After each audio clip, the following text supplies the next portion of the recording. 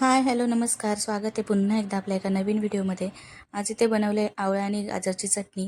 त्यासाठी आवळा घेतलेले स्वच्छ धुवून 3, गाजर एक घेतलेले आहे धुवून बारीक तुकडे करून घेतलेत, कढीपत्ता मूठभर आणि पुदिना घेतलेला आहे. मिरची कमी जास्त करू शकता आवडीने. आता पुदिना आणि कढीपत्ता स्वच्छ धुवून घेते आणि हे सगळं मिक्सरला बारीक करून घ्यायचं आहे. पुदिना तुम्ही स्किप करू शकता. त्यामध्ये मिक्सर करतानाच त्यामध्ये चवीनुसार मीठ घालायचं आहे आणि बारीक करून एकदम बारीक नाही ओबडधोबड करून घ्यायचं आहे. आणि जेव्हा आपल्याला खायची असेल त्यावेळेस तेलावर जिरं मोहरीची फोडणी देऊन चटणी जेवढी हवी असेल तेवढी फोडणी करून घ्यायची.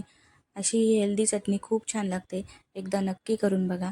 आणि आपण चपाती भाजीसोबत किंवा टिफिनला घेऊन जाऊ शकतो. तोंडी लावायला ही चटणी एकदम छान आहे आणि हेल्दीसुद्धा आहे. आता आवळेसुद्धा बाजारात मिळतात, त्याच्यामुळे ही अशी चटणी बनवून ठेवू शकतो आपण.